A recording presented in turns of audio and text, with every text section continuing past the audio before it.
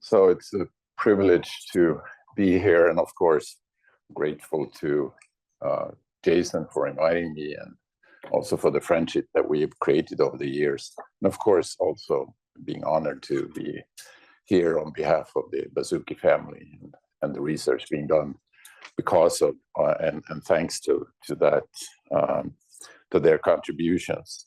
So I'm here, and I decided for this round to talk about biobanking. I'm going to try to do it in sort of a generic and general way and present our path into creating the biobank that Jason referred to, maybe also inspiring some of you who have not yet started, because that's the only thing about biobanking is that you wish that you had started yesterday, or at least many, many years ago, because it takes time and it takes a lot of effort to do that. So these are my disclosures, none of them really relevant to this.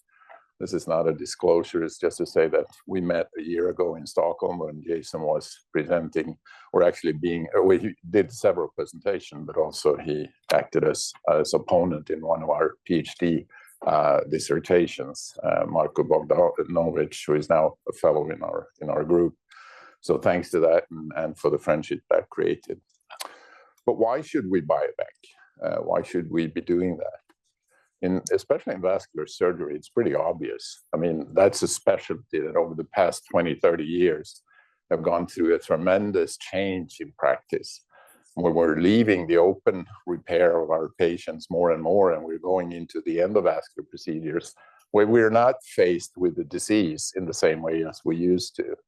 So for vascular disease, I'm not saying vascular surgery in particular, but for vascular disease, I think it's almost an obligation for us as surgeons and professionals to actually make sure that we secure this resource for the future, to be able to conduct research.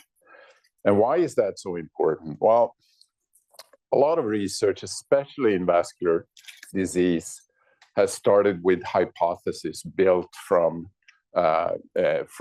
ideas on how we could treat the disease and what's the disease mechanisms. And also, most of these hypotheses have been tried and tested in different animal models.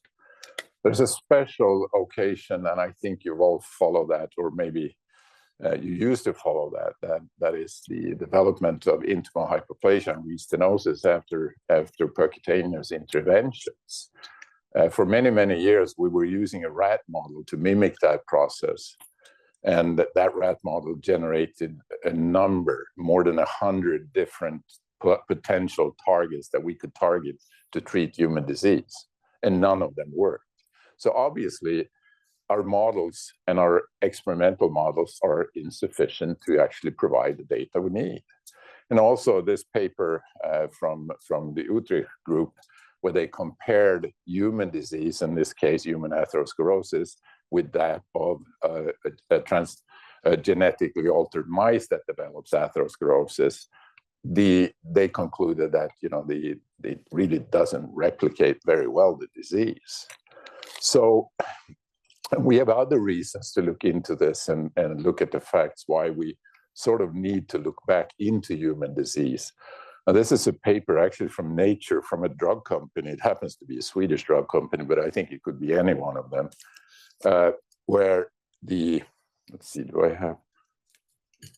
I don't, well, whatever. Maybe I have a mouse. There you go. Yeah, sorry. So where they actually went through why they failed so much in delivering new drugs to treat cardiovascular disease. And they did a very thorough analysis of their past and could conclude that the majority of failures were actually related to the inability to replicate human disease, the inability to have models that were sufficient to replicate what was going on in humans.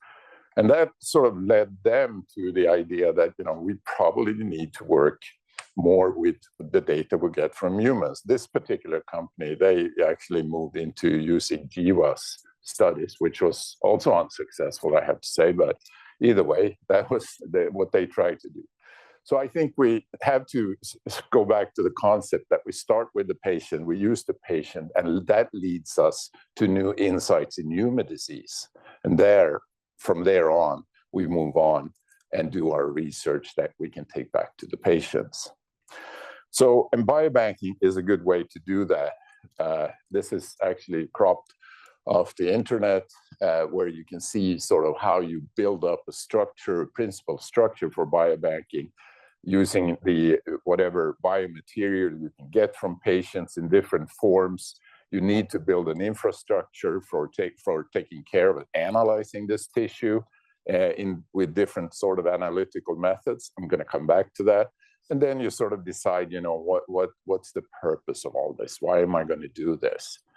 But what was missing in this image that I stole from the internet was this on the left, which I think is exactly where we need to start. We need to couple this to clinical data, to electronic health records, to routine lab measurements that we have, imaging, especially informed consent from our patients to sample from them, but also to put in outcome data so that we actually have full control over our patients and the material that we start analyzing. One of the failures of when we start to use this kind of system to reach something like biomarker development, one of the failures have been over the past that it has not enough been coupled to things like imaging, which is probably necessary. And there are some principal issues to consider when doing all this that you can look in this image, also stolen from the internet. You need to have the ethical and legal papers in place. Think about how to engage the patient and actually, make them understand why you're taking their sample for research, and especially in vascular surgery, and not putting it in the bin. Because that's how we usually have been doing this. We just throw it away. So it's pretty easy to ask a patient for permission to use it.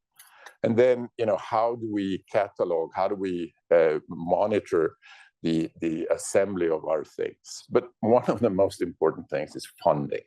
That's a very difficult issue when it comes to building biobanks, because this is not a research project. This is creating a resource for research. This is creating something that will give us create hypothesis for further research, but it's not itself a research. So you cannot go to, I think, any funding agency or funding organization, major one, and have a project said, I'm going to start a biobank. So you need to come up with some different funding. And what has happened here, I think, is an ideal situation where you actually have sufficient funds from private donations. We chose, after some time and difficulties, when we were in a situation of having about 1/3 of our samples analyzed, because we didn't have money enough to do the rest. We were actually approached by a drug company, and they asked for permission to take part in our biobank by providing funding to do the rest. And you can argue pros and cons with something like that. My take on that situation that we ended up with was that it was more unethical not to use that opportunity and tell patients that we are taking their tissue to do research and then we don't have money to do it. That's unethical in my mind. So through that help, we kind of got around that a little bit. Then we also, other issues to consider is actually to take the time to have informed consent. Maybe when we started doing this, we were not thinking that was so important, but then the legislation started to change with biobanking, where this became more and more an issue to actually have that. And we had an occasion in Sweden. We've had a few casualties in the government, and this was in 2002, I think. One of our foreign minister got killed. And they had some blood samples on the knife they found from the perpetrator. And they went to a registry. There is a registry where you test for PKU in children and newborns. And they were able to identify this guy through that. That took a big blow to biobanking, I can tell you, because a lot of people got concerned, you know, if I commit a crime, are you going to be able to identify me? So this is the reason why, you know, things like informed consent could start to become so important. Then you, of course, you have to do your analysis and have found some way to use either store your samples or store the data sets, which is much more efficient to do. You end up with a lot of tissue, plasma, or blood that you have to take care of. And then the cataloging, I'm going to go through that because I think that's one of the most important issues when you start up. This is also another thing. How do you pseudonymize your patients and keep their privacy? Because there's a lot of things going on with these samples. You do genetics. There's a lot of things that you can do that you can trace back to the patient. So this is an important aspect that you need to do. But cataloging is important, and that's where you also start with some process to pseudonymize the data and actually have a data security that's protected enough for your data. And we have our authorities that actually make sure that that's going on. Then how do you catalog and do the samples? Well, you should use some kind of a barcode system with computerized logging of all your samples, all your information on the patient once you have pseudonymized them. And this we use for all our samples these days. And you have a Zebra or a Reader, and there are so many systems out there you can do to use this, but it really makes it efficient and traceable for the future. But because that's also something to think about when you start doing something like this, you are working for something that may be preserved for decades, that people are going to be using and dependent on from very much in the future. And you need to make sure that things that you give away or leave behind you are actually correct. Then recording and retrieving data from the electronic or from health records is super difficult to have done. We've had students doing it, you know, manually taking in data.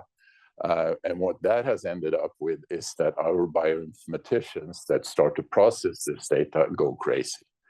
And then it takes years to clean the data. So from day one, you need to have some bioinformatician or computer scientist actually make sure that all data that is recorded is readable in a structured way.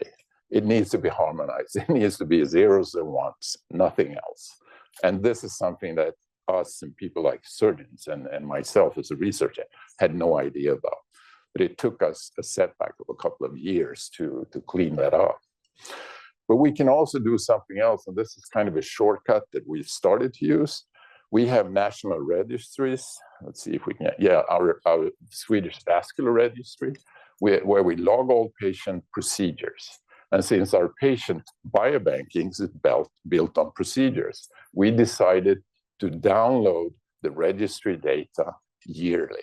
And this gives us a chance to update the clinical information we need from our patients that is relevant for the disease, which is relevant in the registry, and have that in our data set, which is kind of a secure way for us to make sure that everything gets there eventually, since we don't have students anymore that would do it for us. And then storing the imaging data, that's also a pain, because the imaging data that we need, the clinical, is so demanding with the storage it requires.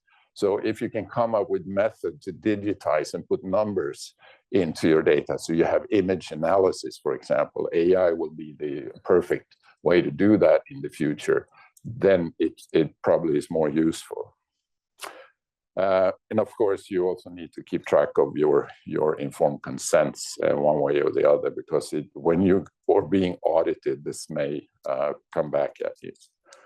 So this is the research that we have been going on in our group since many years. And these are the main focus we have. We're working with carotid atherosclerosis, AAA disease, preventing growth and rupture of abdominal aortic aneurysms.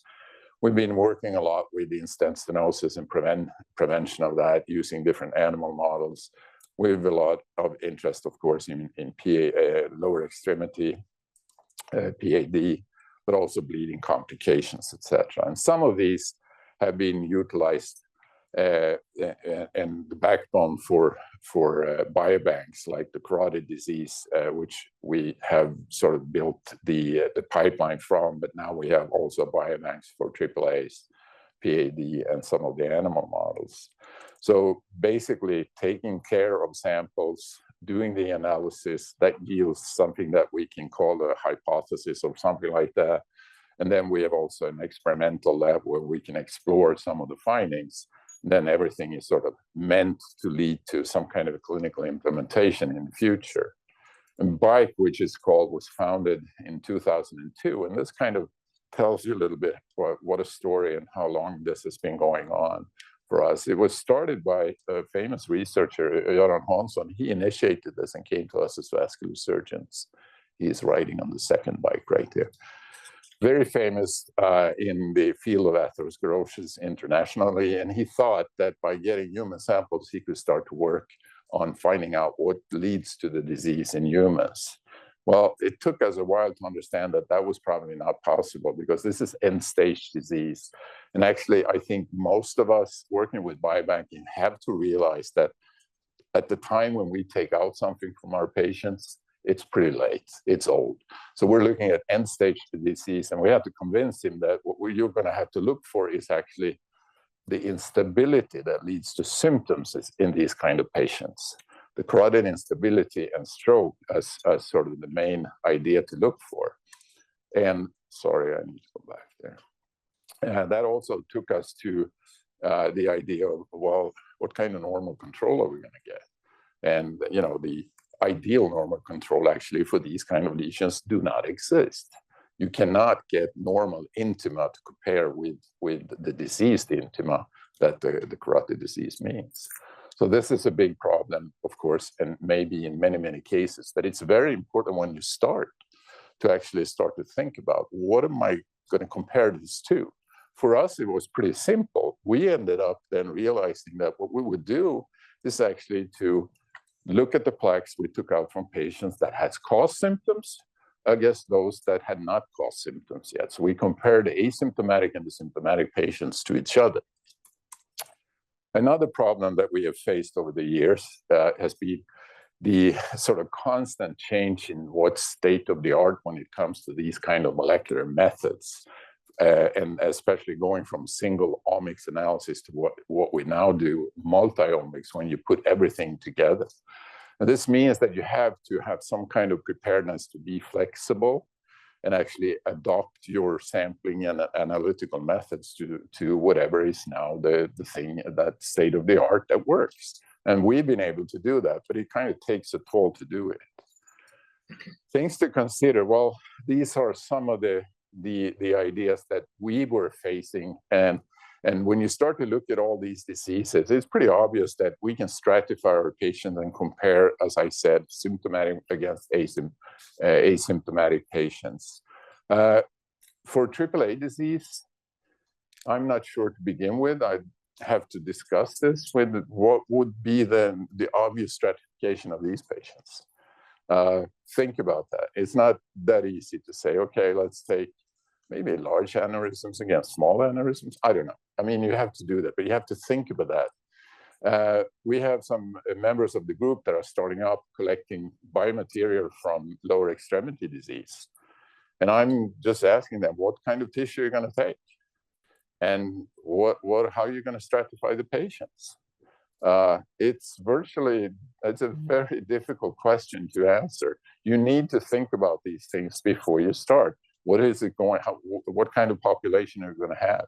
And as I said, the normal controls. You need to think about the kind of tissues you're going to sample. For example, for these patients, are you going to sample the ischemic tissue, or you're going to sample the vessel? I mean, what are you going to take out, and how are you going to put that all together? You need to think about what kind of fluids you're going to take from the patient. Plasma, is it going to be arterial plasma? Is it going to be venous plasma? Those are things to also think about. The anesthesiologists love the fact that we, for the carotid disease, have used arterial plasma because they just have the arterial line and it's easy to get it out. So it's no hassle for them. And then all the different procedures, the kind of methods, analytical methods you're expecting to do, that will also affect the way you sample and how you take care of them at the very end. Things like, what kind of genomics are you going to do? Then I just realized that yesterday when we sat in the talk that our genomics analysis is not equipped to answer some of the questions that came up yesterday. So these are things that you wish you had control over from the very beginning, but you often don't. The ethical permit for us, it's sort of the starting point. Without an ethical permit, you're not going to be able to do much. Of course, here's where difficulty comes in with the hypothesis, but also the important part of having the information on the written informed consent. So we have built it up so that we have one ethical permit for the biobank itself. And then we ask everyone that wants to do research on this research to have a separate ethical permit for the use of the data. And that kind of clears it, and I think is in the long run for the future is going to be better. We have also something in Sweden that is dependent on the law we have for biobanking. This was starting in 1999 and is then being revised a couple of times. But we have a regional, it's called the Stockholm Medical Biobank, which provides a governance over all sampling of human tissue for research. And they also have the possibility of having a centralized sample storage with robots and things like that. Whereas we have our own storage of our samples, but that's another possibility that you have through that.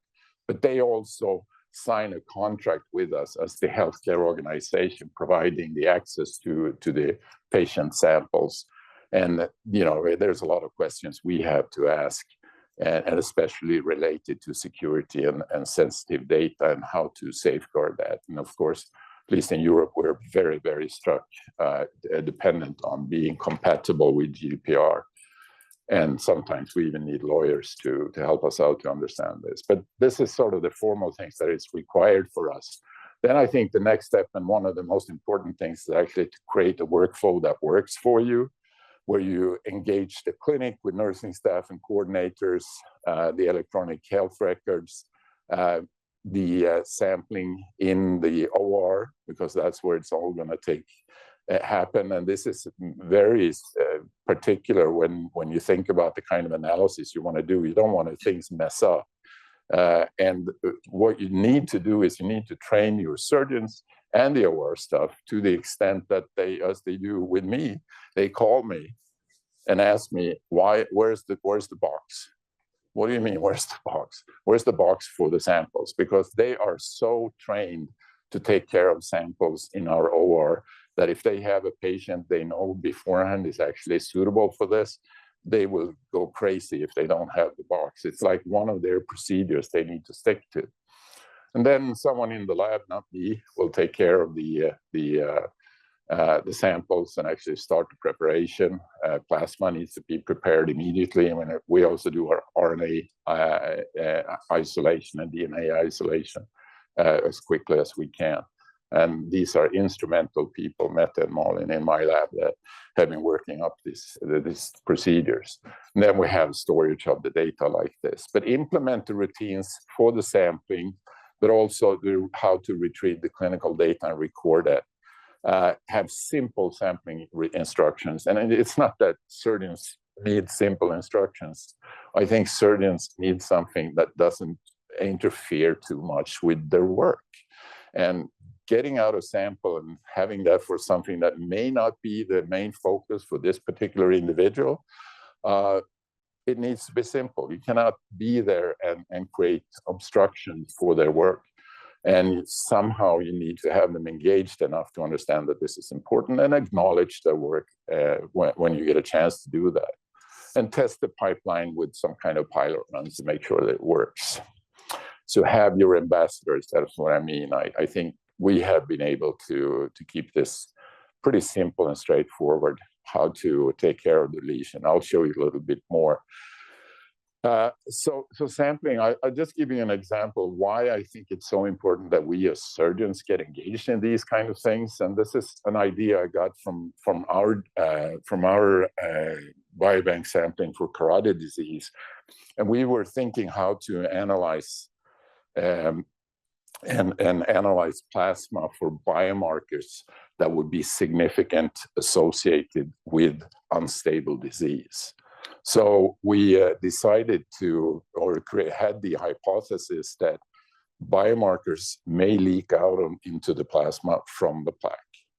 And it would be the signature then of the patient having an unstable lesion. So when we do our procedures, at least in my hospital, we're using, everything is done in local anesthesia. The patient, you expose the vessel, and then we do what we call a test clamping, when we clamp the vessels and just find out if the patient tolerates the lack of perfusion or the reduced perfusion on that side of the brain. If they don't, they will signal that within 5 minutes, and you just let go of the circulation again. The patient recovers, and you prepare a shunt. That's how we usually do this. But I realized that we have a golden opportunity here to, at the end of that 5-minute period, actually withdraw the blood that's been standing next to the plaque, stable or unstable, and use that plasma for analysis. And we've been doing that and having a pretty unique situation and a unique cohort of more than 500 patients with these kind of plasma samples that we have analyzed, with the idea that that's where we will find potential biomarkers leaking out from the plaque. And I don't think there's anyone else but a vascular surgeon that could actually come up with an idea like that. I'm not applauding myself, but I think that I need to emphasize how important it is that we think about what we're doing. And I think that can contribute to this kind of work. Then we have established, state-of-the-art collaborations where you actually have analytical methods, state-of-the-art next to you, and we have such that can do the genomic, transcriptomic, proteomic, whatever omic you want to think about of our samples, both tissues and blood. We also have in situ examinations and analysis, especially built on histology, immunohistochemistry, but nowadays also spatial omics, like spatial proteomics and spatial transcriptomics. And recently we've started with mechanomics, whatever that is, but that is to look at the hemodynamic situation in plaques. And we use the plaque in this particular way. So the distal end is always kept for in situ, and the proximal end of the plaque is always kept for the molecular analysis. So this is standardized. We do it every time in the kind of same way. And the resource now has grown quite a lot. And as you see here, a number of different data sets have been created, and with also a lot of histological stainings. And that now has been assembled. And at the end of the talk, if I have time, I don't know how much time I have. Endless. No, I'm not scaring you, but at the end of my talk, I see if I can open up this on another computer and just show you a little bit how we built sort of a very useful rapid access computerized assembly of all our data for our patients. What we have used this particular resource for is basically two different steps and two different lines of research. First of all, looking for new targets of plaque instability. And this is kind of basic science, really basic science, where you can actually fuel a lot of students, a lot of PhDs and postdocs to explore the targets we develop. And the targets are endless. We keep coming up with new targets all the time. It just depends on the questions we're asking. So that itself yields a separate line of research. But more and more, we've also seen how we can adopt and utilize data assembled in this kind of resource for developing the clinical care of our patients, especially when it comes to precision medicine.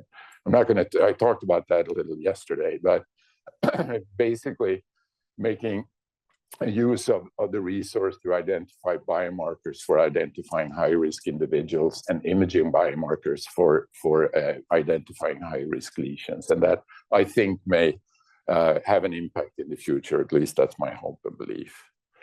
But the idea of having a resource like this as a research tool is actually a lot to create a hypothesis. And we have sort of, as I mentioned, used the stable versus the unstable phenotype of the patient or the plaque. And the patient you can stratify in very different ways, all depending on the kind of data you put into it. You know, whether it's a symptomatic or an asymptomatic patient, whether there is a patient with a stroke or an amaurosis fugax, these are two different entities in symptomatic patients. Whether those on medications, particular medications, statin versus non-statins, diabetes, non-diabetes, et cetera, et cetera. So this kind of puts together a different ways of asking the questions to your data resource. But then we can also use the actual imaging of the plaque to stratify the patients for using different ways of identifying a stable and an unstable lesion as of today. Then we do all the analytical pipeline using different methods to analyze, especially transcriptomic, but also proteomic data with differential gene and protein expression, gene set enrichment analysis, and validation purposes. So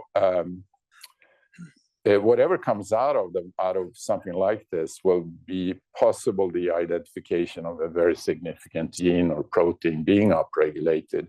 And in different ways of looking at these data sets, we can say we have a potential target for something, target for potential use in development of new medication. And our idea has always been to use the target that is novel, that no one else has identified.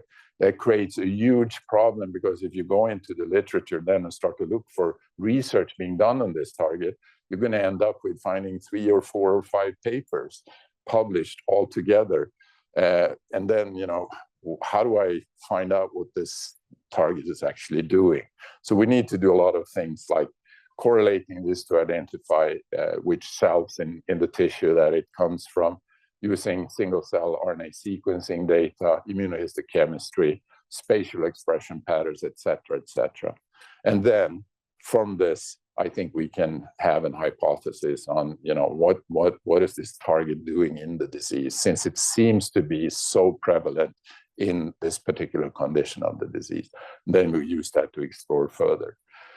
And our exploration pathway has been to utilize a number of different relevant animal models and in vitro models, of course, to find out. And, you know, at the best scenario would be that you can create one transgenic or modified mice for each of these targets, but that's of course impossible. But it's yielded a lot of good things, a lot of papers, and a lot of collaborations, and many of these are actually here at Stanford. Tom Katermes, Nick Leeper, Clint Miller, for example. We also have started, or actually some years ago, started to do the same thing with abdominal aortic aneurysms. And this is a few-year-old slides from Joy Royer, Becca Hultgren, in my group, who together with others have created a similar biobank with blood samples, with tissue, and sampling both thrombus from aneurysms and the wall from open surgery, and couple that to imaging and clinical data. And here, the normal control has been aortas taken at transplantation through the connection, so that we have been using that. And in addition, we've used the